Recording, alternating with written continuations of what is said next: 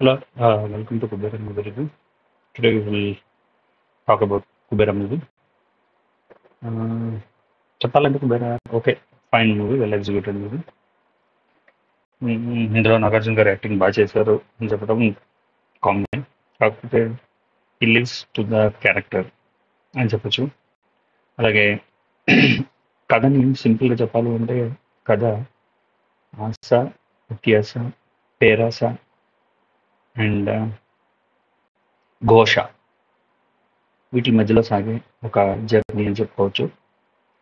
ఎలా అంటే విలన్కి అత్యాస ఉంటుంది, పేరాస దురాస దుఃఖానికి చేయటం. నాగబాబుకి లోపల ఒక మదనం ఉంటుంది.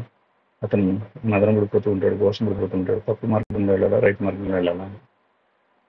ధనుష్ శ్వాస సినిమాకి, ఎందుకంటే ఏం చేయాలి అనేది తనకు తెలుసు, ఎలా చేయాలనేది తెలవదు. ఏంటి అనేది తెలుసుకుంటాడు, ఎలా చేయాలనేది ఆలోచిస్తాడు, దాని తగ్గట్టుగా నిర్ణయం తీసుకుంటాడు. ఒక ముక్కలో చెప్పాలంటే ఇది వన్ డే సీఎం శంకర్ ఎలా చేశారో అలాగే ఇది వన్ డే బెగ్గర్ రోల్ని చేసినట్టు మనం చెప్పుకోవచ్చు.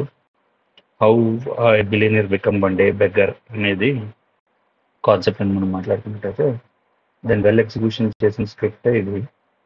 3 గంటలు అనేది అవసరం లేదు కథకు. 2 గంటల 20 నిమిషాలు, 2 గంటల 15 నిమిషాల్లో అయితే బాగుండేది. బట్ అది డైరెక్టర్ చాయిస్, ఆయన క్రియేటివిటీ, ఆయన ఇష్టం.